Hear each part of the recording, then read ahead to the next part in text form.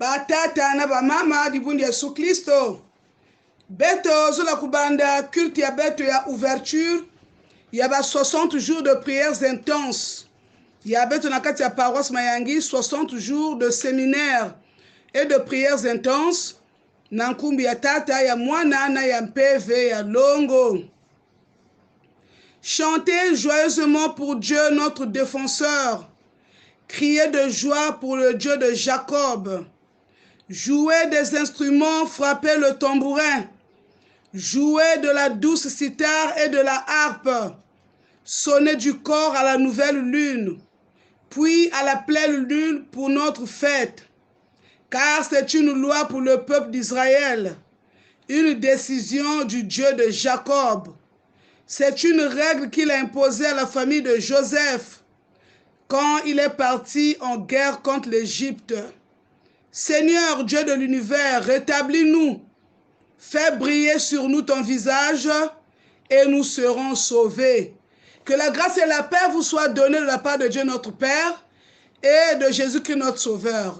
Amen. Amen. Quand calamité l'avait qu'imbi la cantique 476, Kintu a dit Masoda manzambi kuba meno sengita ya fasi kutu abana ya pepe fisi meno maza mulu meno mulu kamulu tukukama nustambila nutamule nongolo toza pepe ngolo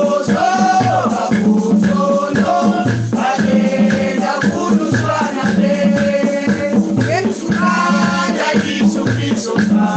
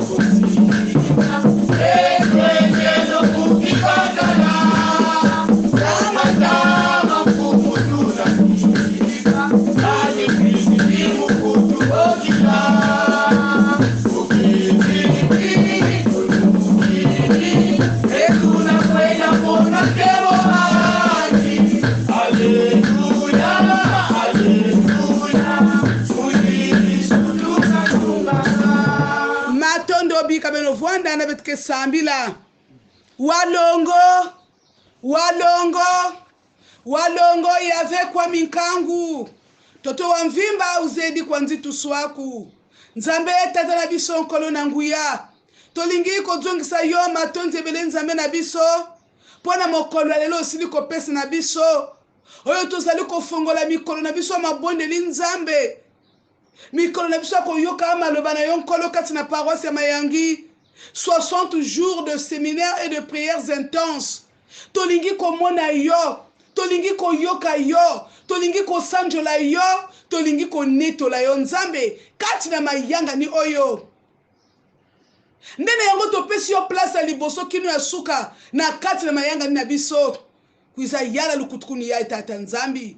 ya bitikina kubanda kuiza Monika na nzile ya Ngimbudulu na nzile Lusambulu na nzile mambo ya Nzambi nyoso ke salama kuiza nge Monika nge tuadisa mutini ke luzolo yange kasi ya beto ve di bunde nge tata Nzambi mekuta kana bisika nyoso na bakuwa na barokwa le monde entier kena lande bilokola yayi ya fwana benike na Amerique baina ke na Europe na Asie Océanie benike na Afrique na tena bwale beto Congo bisika nyoso kena kulanda lukutukuni yayi kuvwa ba umvimba konza kati na mitema ya bayo Nzambe na biso bazali kolanda liyanga ni oyo bisika nyoso bango bazali Nzambe konza kati na mitema na bango konza kati na makanisi na bango tata Nzambe biso tu lolenge tosili kosangana nkolo yala beto to adisa beto Monika na katikati ya beto bika lulendo nge mazulu kumunika tikete bikuke na lola Nzambe efongwama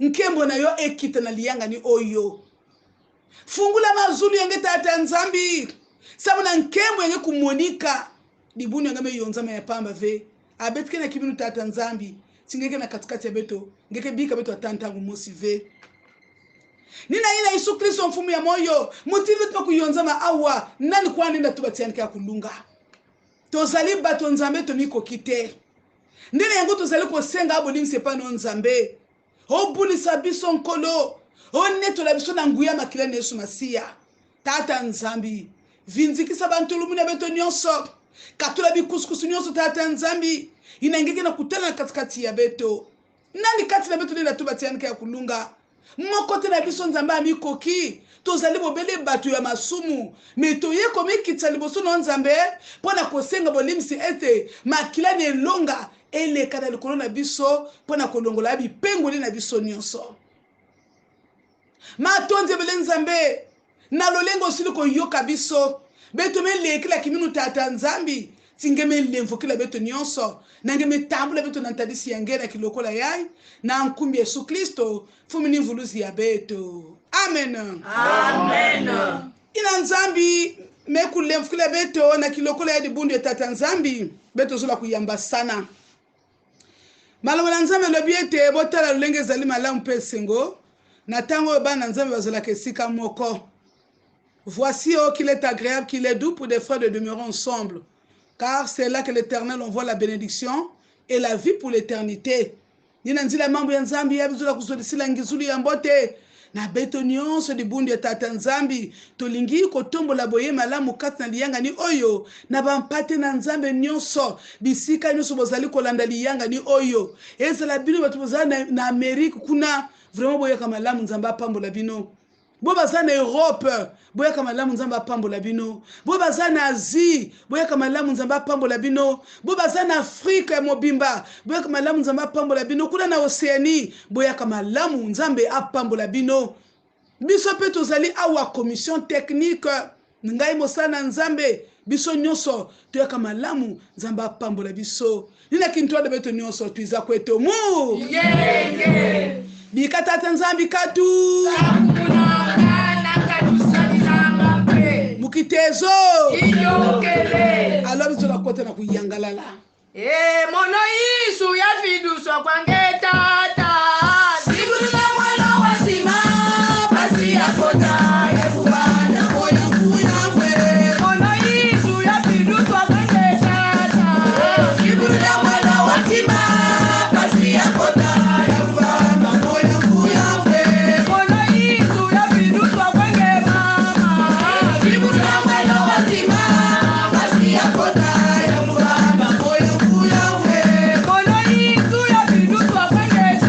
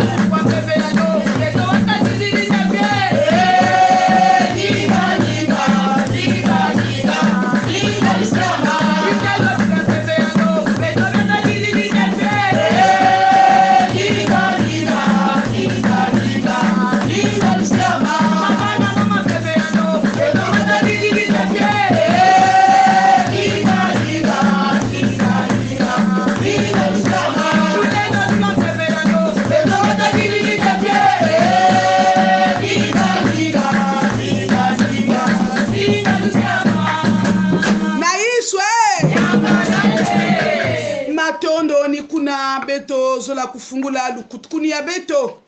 Il y a 2 mois de séminaires et de prières intenses. Il a betu na kufungula bubuya mercredi le 2 novembre. Na betu kanga samedi le 31 décembre. Betu kufungula manenga ya beto. Ngudi ansamuni yai. Les bontés de l'Éternel ne sont pas épuisées. Ses compassions ne sont pas à leur terme. Elles se renouvellent chaque matin. Betu fungula lukutukuni ya beto na nkumbi ya tata. Ya mwana na ya mpevi ya longo. Kembo, kembo, Kembo fanami, kembo haleluya, kembo fanami, kembo, kembo, kembo fanami, kembo haleluya, kembo fanami, nzambi no usabisa, kembo fanami, na mbungisi dimina, kembo fanami, kembo, kembo, kembo fanami, kembo haleluya, kembo fanami, kembo, kembo, kembo fanami, kembo haleluya, kembo fanami, lumbuki embasibe, kembo fanami, yaya tese kami lumbisa, kembo fanami, kembo, kembo, kembo fanami, kembo haleluya, kembo fanami, kembo, kembo, kembo fanami, kembo haleluya, kembo fanami, bana kwefa itwa, kembo fanami, yaya balunganga kwelaki, kembo fanami, kembo, kembo fanami, kembo haleluya, kembo fanami, kembo, kembo fanami, kembo haleluya, kembo fanami. beto komasa kufinama na kudimba ndinga ya mfumu nikuna betika na kulomba na frère anu na kusambila na lukufi nyonso.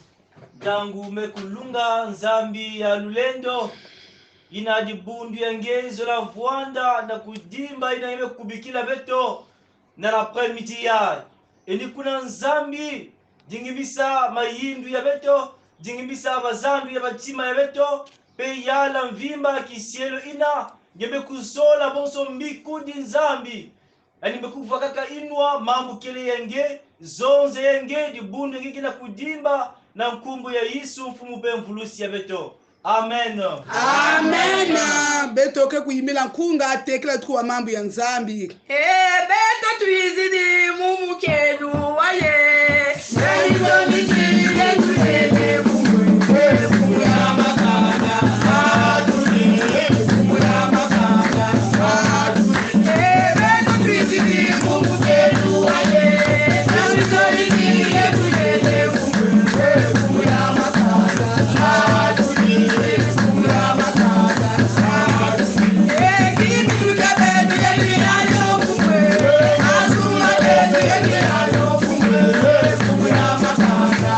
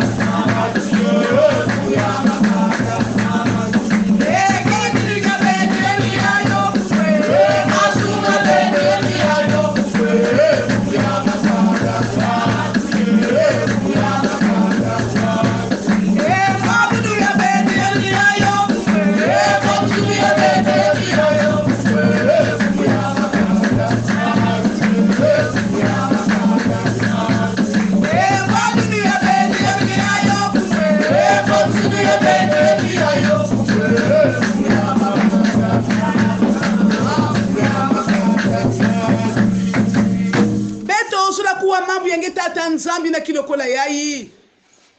Olingi sasa ebi nkolo koloba kati na mameme na yo nzambe na biso. Loba na yo nkolo na nzela maloba na yo. Bana na yo bazali koyoka yo na kombo na Yesu Masiya. Amen. Amen. Mambu ya nzambe tke longoka na mbatkulu ya manenga ya beto. Il y a 60 jours de séminaire et de prières intenses. Mais que ça, la introduction au thème général, que les bontés de l'Éternel ne sont pas épuisées, ses compassions ne sont pas à leur terme. Elles se renouvellent chaque matin. Totangi maloba nzambe, na mokanda ya Lamentation, chapitre 3, le verset 22, lisons au nom de notre Seigneur Jésus-Christ. La bonté du Seigneur n'est pas épuisée. Il n'a pas fini de montrer son amour. Chaque matin, sa bonté et son amour sont tout neufs. Oui, ta fidélité est immense. Amen. Amen. Dibune tatanzambi kaname tuzula kubangula tete diambu ya bonté. Le mot bonté veut dire caractère d'une personne bonne, d'une personne bienveillante. C'est la manifestation de bienveillance. Yaki na kulakisa nkaduli ya muntu ya mbote. Muntu na kina mambu ya mbote na katikati na yandi. Et bienveillance veut dire disposition favorable envers quelqu'un. C'est de l'indulgence. Et indulgence veut dire facilité à excuser ou à pardonner les fautes d'autrui. Facilité à excuser ou à pardonner les fautes d'autrui. Donc, au regard de ce qui précède, bien-aimé,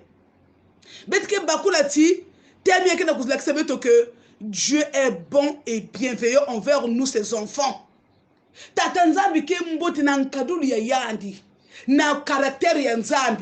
Dieu est bon et bienveillant envers nous tous.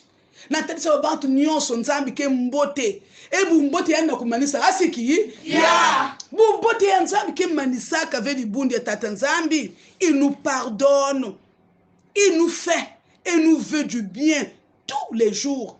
Tata nzambi ke idika ko tumambu ya mbote ne adi zola mbete tukuvana toujours na kati ba condition ya mbote. Na kati ya mambu yetu kutanga bien aimé, dans le texte que nous venons de lire, on nous parle de la bonté, de l'amour et de la fidélité de Dieu envers nous, ses enfants. Babe souligner ba mambu tatu na kati ya texte ya ototangi bazo le belabiso était la bonté du Seigneur n'est pas épuisée. Bolam nzambe esuka kate, bolam nzambe esuka kate. Il n'a pas fini de montrer son amour. Nzambe même manisa vient na kulaksa beto zola yandi.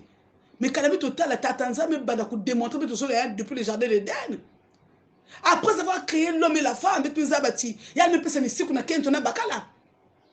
Alors, il y a beaucoup touché. Mais mais malgré cela, moi, si je suis mais malgré il n'a pas désobéi dans le Nzambi, Nzambi a démontrer amour paternel envers le bon qu'est-ce qu'il fait Dieu? Mais Nzambi abomine Yama. Na kubaka pousso nyamaina na kutundula babilele avant de les expulser du jardin, avant de bingsa dans le jardin d'Éden. Yan bika ka wa kwenda kimpeneve, mais si Zola, il pouvait les chasser nus, mais en maison d'Ave, il a sacrifié des animaux. Na kubaka ba pousso bibulu ina yan me lwa tsaba en maison là-bas, allez ben no kwenda tala zola. Et donc le sacrifice a continué, a commencé depuis le jardin d'Éden. Nathalie c'est tatanzam ne beto bantu. Malgré cela, babantu me kota na imbi minzabi me kota na kulevuka na kutala ti iki muke sala sabna kukula babantu yayi betmetala tina mantwala kuna. Dieu a fini par sacrifier son propre fils et son fils unique sabna beto ni kulubaka na kuzonza na beto na mambu yayi ke bubote ya tata nzambi ke manisaka vena tadisi ya beto bantu. Dieu est bon et il restera bon. Dieu ne change jamais. Même quand tu es dans la souffrance, Dieu est bon. La bonté de l'Éternel est là. Même quand tu pleures, tu es dans les pleurs, Dieu est bon. Les bontés de l'Éternel sont avec toi. Parce que tu es en train de souffrir. Pour Dieu, ce n'est pas une souffrance. Yann Zaba, quel est le plan qu'il a tracé dans ta vie? Mais c'est un plan de bonheur et non un plan de malheur. Donc tu as appelé parfois à traverser le désert. Moi, mais pourquoi Seigneur tu permets? La bonté de l'Éternel est la même quand tu es dans le malheur, bien-aimé. Même quand tu es dans la joie, Dieu reste bon et il est bon. Il faut parfois accepter des détresses. Il faut parfois accepter mambo yang pasi parce que derrière ça mambo yang bote na monika dibu sikama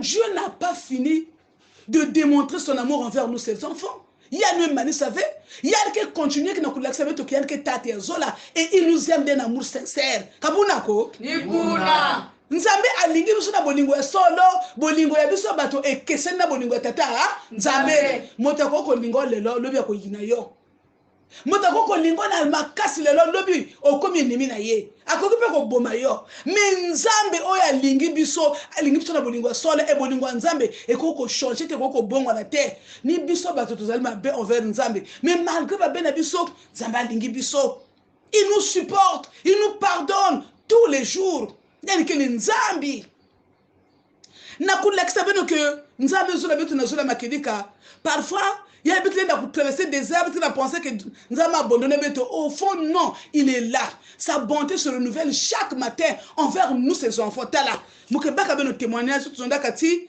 manenga yake manenga betu ko ba témoignage mingi na kuzaba wa mutini wa bantu ko expérimenter bu bote tata Nzambi na kati de bundu ya vandaka na kente mosi vandaka na kati makwela na bakala yandi ba me kwela na me buta babana mais il est arrivé un moment où bakala me comme infidèle na kati infidélité bakala na l'heure yi na ba vana na ba traitement ya sida singa ku jwa sida yi ngeke bela ya du coup il faut ngelu tana fois il y avait pas encore de traitement ya ba bantre na kona bakaya et donc l'heure yi na singa jwa sida tu es foutu bakala me ko connaître kendo vana na sida.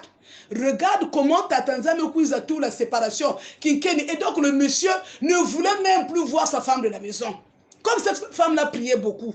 Quelques vies de prière. Yann va na kilombo. Yann va dire sabila. Menza maintenant bakala me quoi beba. Pour protéger ma servante, alors Kinkeni. Le monsieur ne voulait plus sentir sa propre femme. Et vinangande. Mais pour la femme, il y avait un passe. Oh, mais bakale munu, bakale que la zola di avait munu, bakale que me tekmanima, bakale me kuna baken changan. C'était un sujet de prière pour elle, pour que bakala vutki la yandi. Bunu sikama. Siama tata mananunga. Ya me kwenda consulter bisi la nzame, même bakale que na kipedi avait munu, bakale me kuma nganda, beto samela bakala vutki la munu. Mais c'est mon mari, on a eu des enfants. Yann que na senti dia mouve na inzo. Voilà. Baké samela, king, keni que na kodutila. Et même là, en tout cas, bakala que te kakento manima, bakento que supplier bakala, mais tu es mon mari, pourquoi tu ne veux plus me sentir? Bakala tu moi je ne veux plus de toi. Moulé da kipenge di akave.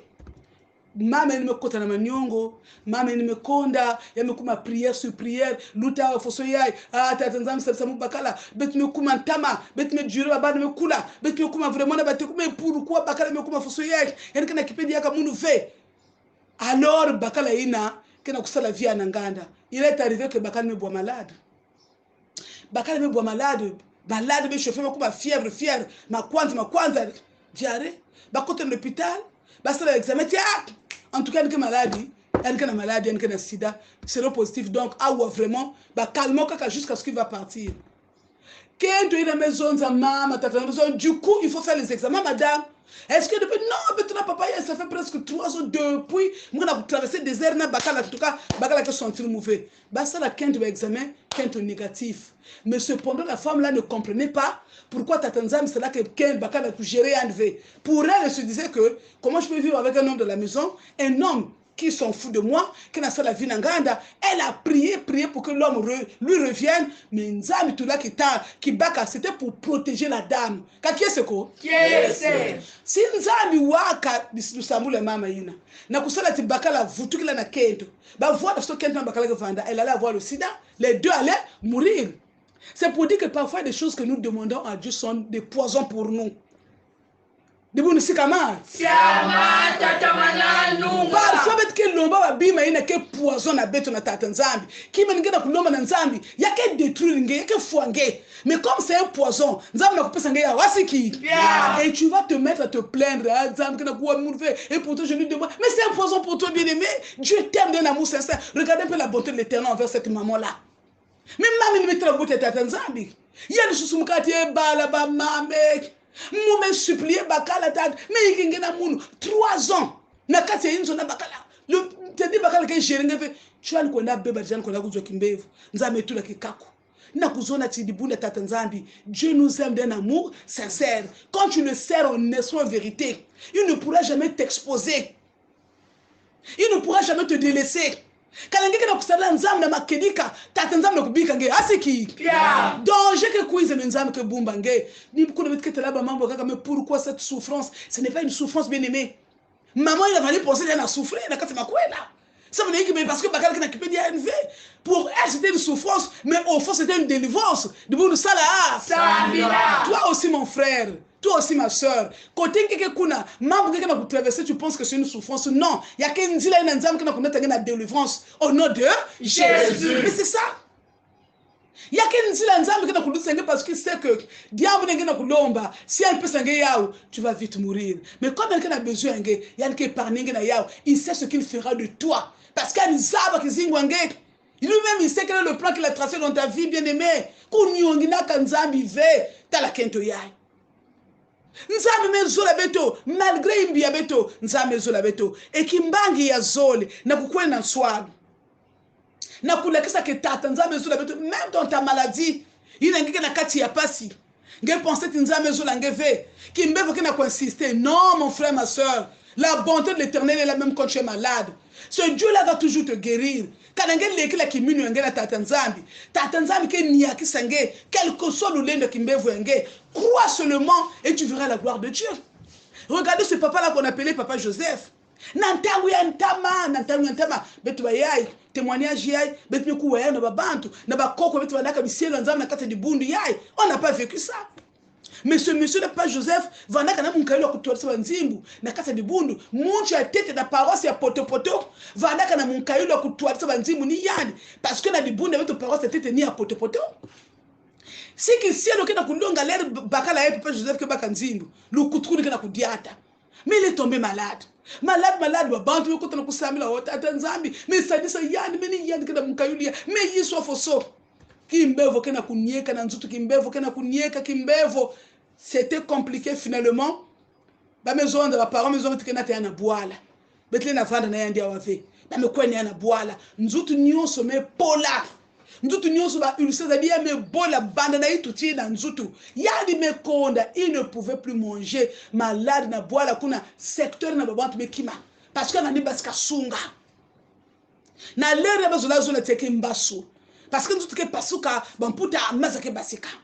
Yana ndi kujave. Alors elle venu voir kaka na mama yandi. Une pauvre vieille. Mais maman elle n'a pas na inzo tous les jours.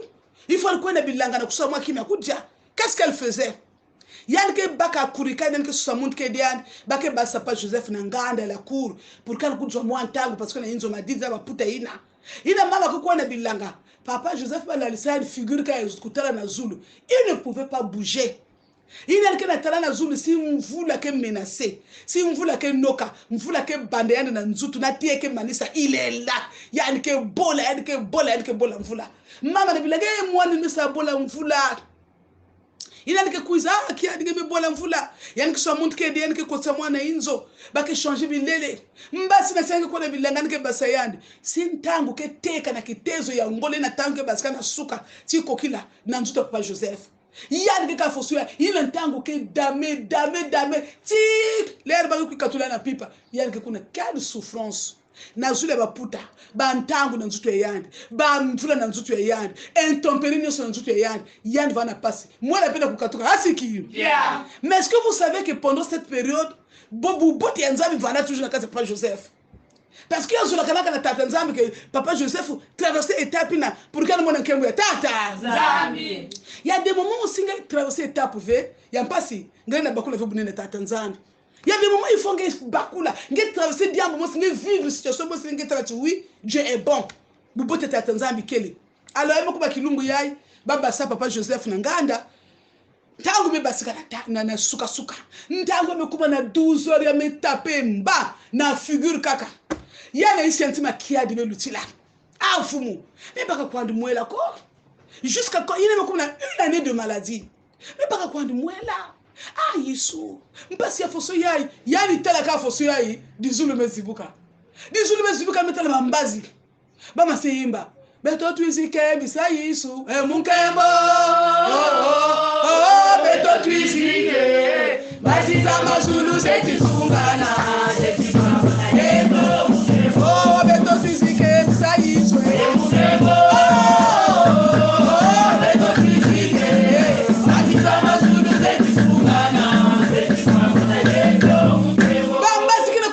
Joseph qui a coûté la caca bambazi alors mbazi mo se détacher par bambazi na blouse ya ba médecin ya que na kulumuka na tubu ya gaillard na coton alcoolisé ya ne kulumuka ne kuiza ya ne vendre na bord foule pas Joseph ya ne nanguni ya pantalon tala moi di kulu yango ya ne tuli ya ntumbu il a me tula ntumbu papa Joseph qui na sentir ntumbu il a me katula ntumbu ali bika coton di kulu pas Joseph ya ne me monter ya ni mvutika mbazi kena kwa anime nzimbu ina mbazi na mekota da dizulu me kangama papa je me susumuka ya li vision on na moni vision elle sentit du coup douleur me kuto mi tula muntu monde passe di boko bani ninga na ve monde mule ninga sa di boko na koko simba hani simba vosua kina kuvimba kuno rekota antela yakina ku briller pembe coton monde mule ni vumbuka donc nzuta kana sentir ngolo ya kana kuvumbuka me vuanda Mumevwanda mais déséquilibre mon ndemule na telama ndemule meniaka yame poser du coup na mbosi na toto mon ndemule telama deka na tulaka di kuli ya zole yani kana telama yani ti kundi eto Yesu Kristo utuzole levako emutani emukasi kana kutu sisako kundi eto Yesu Kristo utuzole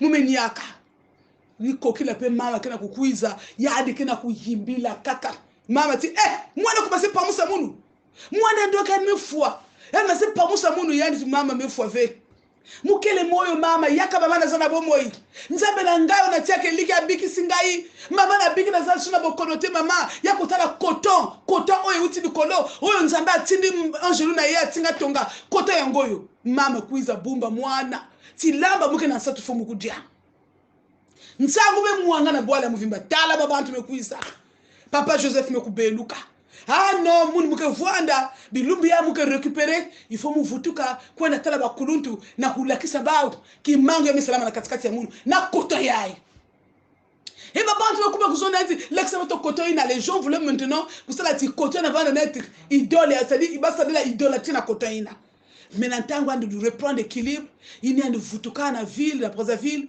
ba kuluntu metala yandi me yangala na kotala ki en tout cas bon ça bien espoir avec tienne que vuka ba me yangala me la kota bezonza non na dibuna betu sangani moto na Congo kima ya ivele ne baka kifulu ya Yesu il faut que l'eau ça ya kuiza na traitement kotala que utiliser que l'hôpital ba que l'eau ça qui minu na Yesu Kristo voilà comment se débarrasser que na kota ina papa Joseph Niakaka kakiese ko kiese dibuna tata nzambi zola beto quel que soit pas si la bonté de l'Éternel est là tata nzambi zola beto yani que témoigner que c'est-à-dire que continuer pour l'excellence au bout du zolo ya yani quel que soit imbi ya beto mikibuka mkongo mezonziki nzambi tweti kutonda muzola kwenda yagu pele kombeto bambi nge utusolele nzambi tweti kutonda muzola kwenda yagu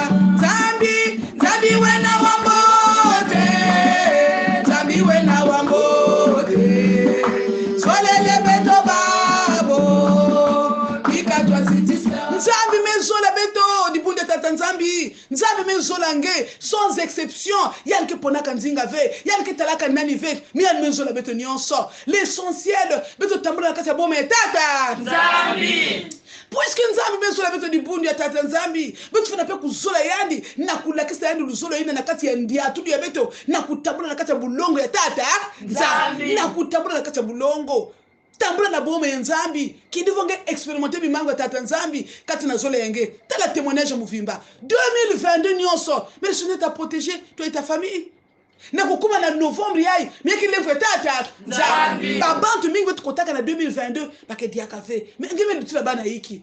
Voilà pourquoi tu as coûté un nzambi wena wa mbote malgré imbia beto mais le Seigneur nous supporte, il nous pardonne, il nous protège, il nous bénit. Kaki c'est quoi? Yes. Oh zabati bubote tata nzambi kena nsuka ve yana kena kutatama na kulakisa beto zola ya yandi et zola ya tata nzambi ke se renouveler ke bilumu nyonso basuka nyonso katikati na beto bika nzambi sakumi na mambo ya yandi. Amen. Amen. Lamentation 3:22. Les bontés de l'Éternel ne sont pas épuisées et ses compassions ne sont pas à leur terme. Lamentation 3:22. Les bontés de l'Éternel ne sont pas épuisées et ses compassions ne sont pas à leur terme. Lamentation 3:22. Les bontés de l'Éternel ne sont pas épuisées et ses compassions ne sont pas à leur terme. Eh beno milongi nkiluzo lele ya luvangila. Bulwetile mokeba bulongo kwani. Bulongo lukebi na bozi manuka. Bulongo lukebi na bozi manuka. Beno mikengi nkiluzo lele ya luvangila. Bulwetile mokeba bulongo kwani. Bulongo lukebi na bozi manuka. Bulongo lukebi na bozi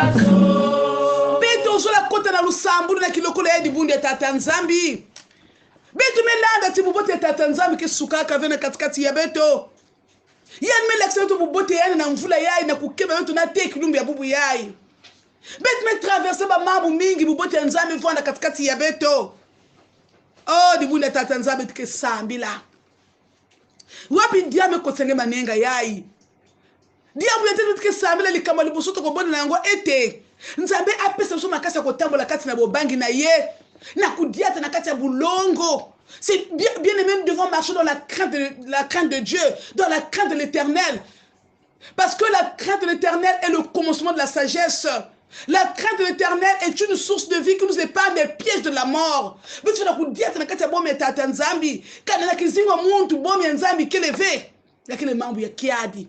Voilà pourquoi côté me voanda samila senga na nzambe apesa yo bobangi na ye kati na bizaleli na yo pona omona bolamu na ye mikolo nyonso kote me vanda sambila tata nzambe pesa nge kitezo kuvana na vumi ya nzambi respect ya nzambi pour que mona bimangu bubote tata nzambe kati na kizingo yange na manima betu ke yekula bampasi ya betu ntabisa tata nzambi nzambi itacho betu kina mazulu betu zula futange matondo tata nzambi na biloko lenge mepesa na betu tata kulongoka ina betu nda longoka tibuboti yenge kina katikati tu bantangu nyonso yavo na pipe yavo na tangu yavo na kati ya mpasi yavo na kati ya kiese ta bonté est là Seigneur na betu kina kutala yompe bilubu nyonso na kati ya kizingu ya beto ngeke na kueparne beto na bamvita ngeke na kueparne beto na ba danger ngeke na kutabila beto ngeke na pesa to guérison mutke bela me belu ba mambo mingi tena kutala kina kutémoigner bunene yenge. Mais même quand une personne meurt, la bonté de l'Éternel est là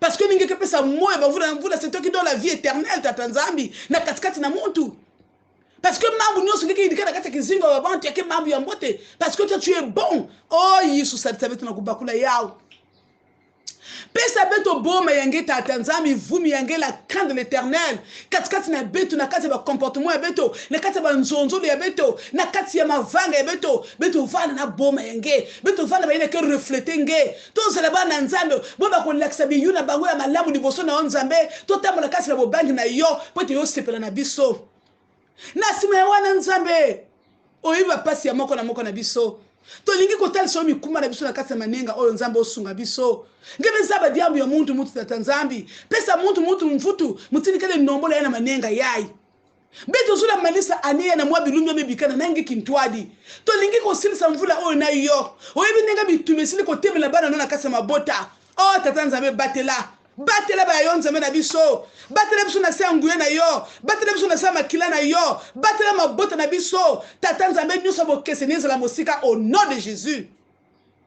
Oyo mo inalinga sala katikati bandako na biso ezala vaincu na kombo de Masia bobele yo konza kati bandako na biso makila na Masia nkolo et protéger bandako na biso et protéger bo moya moko na biso nzambe au nom puissant de Jésus. Sakumuna bisalu ya beto sakumuna tata nzambi makanda sakumuna dibundu yange sakumuna bwale ya beto sakumuna onke muna masiki afutuka nange tozana elike tosiliko yoka poko sala motu ya katikati na biso na kati na manenga oyo na kombo na Yesu Masia tosengi bobele boye amen nina ina beto kuba na nsukuni ya kiti ya beto zula futula matondo mingi na belo nyonso dibundu ya tata nzambi melanda culte ya ouverture ya 60 jours de séminaire et de prières intenses beto voana kati ya Lusambulu à partir ya mbasi thème que voana sous thème beto ke zonzila na la sanctification beto ke kubie kwa longo pendant 15 jours beto ke kubie ka longo pendant 15 jours to kolobela kaka likambo ya bobulami la sanctification et pendant cette période muntu konda sambila na kunata confession ngabe sumiza ba kizingo nge afuso kele kukibie ka longo pendant les 15 jours beto ke longo ka nzambi sadisa beto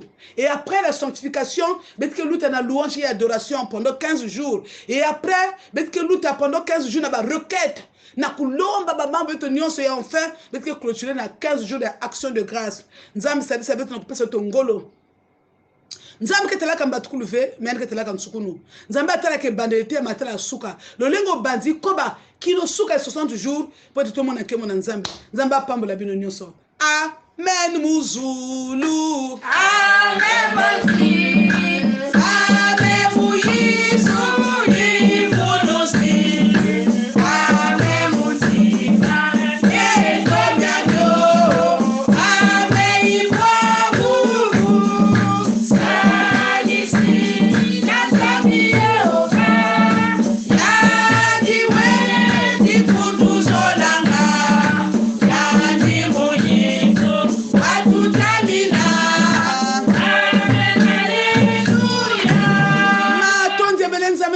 lelengo banzi na biso po suksi na biso culte oyo.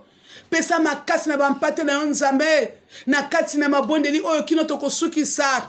Épargne biso na mabe nyonso na batentation nyonso moyini satana. Nzambi salisa dibundi yange. O mateondo sakumu na kilumbu ya nyonso.